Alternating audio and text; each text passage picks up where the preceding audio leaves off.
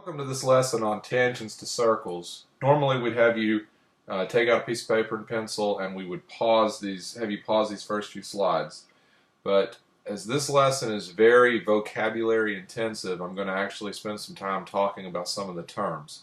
So you still need to have your paper and pencil, but I am going to do a little bit of explanation with the terms. So beginning with this first slide, we're just getting the basic idea of a circle, which we're already familiar with. You should be aware of the shape of a circle, and you already should be aware of what a radius and a diameter are for the circle. So if you need to pause this slide, you can, otherwise we'll be moving on. Two ideas that you do need to be familiar with are the interior of the circle and the exterior of the circle. The interior is just everything inside the circle. The exterior is everything outside the circle. Okay, now there's two terms I want to start with, the chord and the secant. And you can see the chord is represented in the circle to the right by the red segment, and the secant is represented by the blue line. Difference between the two: a chord is just a segment and is completely contained in the circle so that its endpoints are actually on the circle. So A and B are the ends of this segment, and they're actually points on the circle. Whereas a secant is a line that actually cuts through a circle. So it intersects the circle at two separate points as it goes through it. Now, the focus of today's lesson is actually more on this last idea, the tangent line. A tangent line is a line that actually touches our circle at a single point, and that's the only place it ever touches. And so the rest of that line is going to be outside the circle. And the point where it touches is going to be the point of tangency, in this picture represented by the purple dot at point C. That is the point where line M actually touches the circle and nowhere else. So the difference between a tangent line and a secant line is the secant line actually cuts through the circle. The tangent line only touches a point on the circle on the outside. And we have our point of tangency. Again, if you need to pause this slide, feel free. Otherwise, moving on. We already know about congruent figures, so congruent circles. The only defining feature of a circle, the thing that gives it its size, is the radius. So for two circles to be congruent, they would have to have the same radius. Concentric circles are two circles that are contained one inside another and have the same center. So for these two concentric circles, the blue circle and the red circle, they share the same center at this black dot. And what we're going to find later is we'll be able to calculate the area of the space between concentric circles. And that'll come in a later lesson. And then we have circles that are, again, tangent to each other. It's kind of hard when you first look at this to understand what's going on, but what you have is a blue circle completely contained inside the red circle. This blue dot is representing the center of the blue circle, and the red dot is representing the center of the red circle. They actually are touching at this one point right here. So this point right here is going to be the point of tangency. And these circles are considered to be internally tangent, and that's because one circle is completely contained in the interior of the other circle.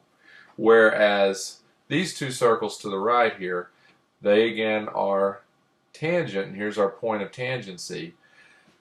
But in this case, neither circle is inside the other. So they are completely contained on the exterior of each circle. So they're considered to be externally tangent circles. Again, pause the slide if you need to. So what we have here is two circles with a common tangent. And that means that we have a line that is tangent to both circles. It actually touches the circle at a single point, here for the circle A and here for circle B. When you see the line is running either, in this case, both above the circles or both below the circles, then those are considered to be external tangents. The difference, you see, is when the tangent lines actually run between the circles, as you're going to see on the next slide. So here, where these blue tangent lines run through, so we have a point of tangency for circle A and a point of tangency for circle B here. These two points are on this line Q that's actually running in between the circles. And so this common tangent is an internal tangent line for the two circles. So again, we have the external tangent lines where that's on the same side of the circles, and in this case the tops of the circles and the bottoms of the circles, or the internal tangent, common tangent line, where they have to run between the two circles. We have three theorems for this particular lesson. The first was our theorem 10.1. Basically what it says for us here is if I take this line segment right here, AB, which represents the radius of the circle, and I know that line L here is tangent to the circle, then what I know is where it hit here at the point of tangency B, that segment AB, the radius, and line L are perpendicular to each other. So they form a right angle. Now, what theorem 10.2 actually does for us, it is just the converse of 10.1. You recall the converse is when you write the if-then statement in reverse order. So what this one tells me is that I'm beginning with the idea of perpendicular lines. So the radius CD and this line M are perpendicular to each other at point D. What that actually tells me then, without them having to tell me up front, is that line M is actually tangent to the circle by the fact that this radius hit that line at a right angle. So if a radius meets a line at a single point on the exterior of their circle, then that line is going to be tangent to the circle. You can pause this slide again if you need to write this down. Okay, and the last theorem, theorem 10.3. The idea here is that you have a point outside the circle. In this case, we're talking about point A. So point A here.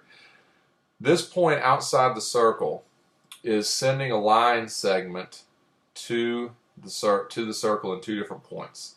Well, it so happens that if you were to extend this line segment, that these lines would be tangent to this circle P. So these points, point B and point C, are actually points of tangency. Well, what's nice is if you measure out the segments from this point outside the circle, AB, and the measure of segment AC, they end up being congruent. They have the exact same measure. And so what you'll see shortly is we can use algebra then to solve for those lengths. I can give you an algebraic expression for this length and an algebraic expression for this length, and I know that all I have to do is set them equal to each other. Because if you have a point outside a circle that's tangent to 2 points on the circle, then you have congruent segments. So what I need you to do here is to stop and think a minute.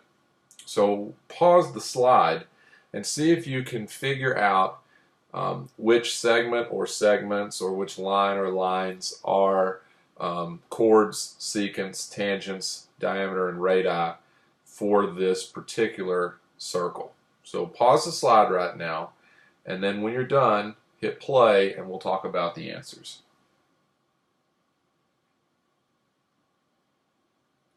Okay, so in talking about the chords, remember a chord is a segment that is contained completely in the circle and both endpoints are on the circle. So let's talk about the difference here.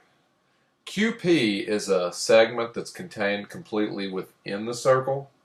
However, P is not a point on the circle, on the physical circle. Therefore, QP is not a chord. QP will have another property we'll talk about in a minute. The only chords that we have here are QR. QR is contained completely within the circle, and its endpoints are on the circle. Now there's another one that you might not have thought about, and it's easy to forget about it, but this line ST, the line ST is not a chord, but you can cut line ST off between points S and T and have segment ST, and that segment is in fact going to be a chord. It's also going to be the diameter of your circle. And so what's true is that the diameter of a circle is the biggest chord in a circle. That's important to note. The diameter of a circle is the biggest chord in a circle. So your two chords are QR and ST. Now for secant, remember that's got to go through the circle. Well, the only line that's going through the circle is line ST. It's hitting the 2 points and continuing on. So line ST. I apologize, these marks are just a little bit off, but they should be over top of the letters. Now for your tangent line, we have this point of tangency right here at U, and the line continuing on. So line UV is our tangent line. For our diameter, remember that diameter is representative of a length as well in the circle. It is the length across the circle through the center. So it can't, your diameter cannot be a line. It has to be a line segment. So the diameter of this circle is between S and T going through our center point P. So it's segment ST. Now, there are three visible radii in this particular circle. So going back to this idea here, this PQ coming from the center and going to a point on the circle, PQ is the definition of a radius. But we also have two more radii, and they are the two different parts of the diameter here. So from the center to point T, so PT, and from the center to point S, PS. Those are two more radii. So three radii, PQ, PT, and PS. PQ, PT, and PS. Alright, hopefully you got all that correct. Moving on. Here what we're supposed to do is find the length of each radius for circle C and circle D, and then we're also supposed to identify the point of tangency and write the equation of the tangent line. So we're going to begin by finding the radius of each circle. Now this isn't really too tough. What you're going to do is end up just measuring from the center of the circle to a point on the circle. Well, the easiest way to measure would be either horizontally or vertically. So I can go right here, just measure straight up, and I see that my length is 1, 2, 3 units for circle D. So that's not too tough. Same idea for circle C. I'll measure to the right this time. So from the center C, just measure to the right. I only went 1 unit. So my radius for circle C is 1. My radius for circle D is 3. So that gives me the length of each radius. Okay. So the length, the radius of circle C, the 1 got moved down a little bit here, but it is 1, and the radius of circle D is 3. Just as we said. You can calculate it from the coordinates, but again, it's fairly easy once you have your circle drawn, just to go vertically or horizontally to measure. Okay, moving on. So the point of tangency is going to be represented by this point right here, where the two circles meet. These two circles would be considered externally tangent, because neither circle is contained within the other. And so as you can see, I've counted over 2 to the right and 1 down. Therefore, this coordinate is at 2, -1. I know this slide's gotten a little off. Again, apologize. So 2, -1 is the coordinate. That's the point of the point of tangency for these two circles. Also, we're supposed to find the equation of the tangent line. That is this line running horizontal. all you need to remember here is that the equation of a horizontal line always takes the form y equals a number, because the value that's being held constant is the y value, or the height of the line. The height of the line never changes. It moves as far as it wants left or right, but can't move up or down. So that's the part that's remaining consistent. And this has a y value of -1. It's down 1. So the equation of this line is y equals -1. And that's going through our point of tangency at 2, -1.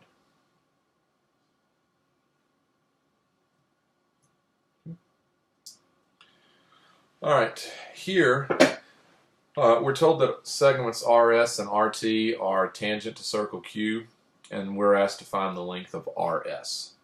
Well, since these two segments are tangent from a point outside the circle, then what we know is that these two segments are congruent to each other. So our setup is to set the two equations, or two algebraic expressions, equal to each other. So I'm going to set n plus 3 equal to the 2n minus 1. So n plus 3 equals the 2n minus 1. Again, I apologize for the formatting of this. Didn't look like this when I ran through it before. So n plus 3 equals the 2n minus 1. And solving for that, I'm going to obviously isolate the variables, bring the n over, and add the 1 to the other side. So I'm going to have that n is equal to 4, and the question here was what's RS. So I'm going to have to plug RS, plug the 4 back in for the n in RS. So obviously 4 plus 3 is going to give me 7 for the length of RS. Okay, so RS is equal to 7.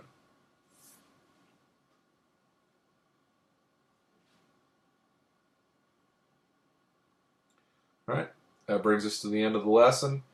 Hope you enjoyed the lesson and found it simple. And we'll do some more examples in class. See you then.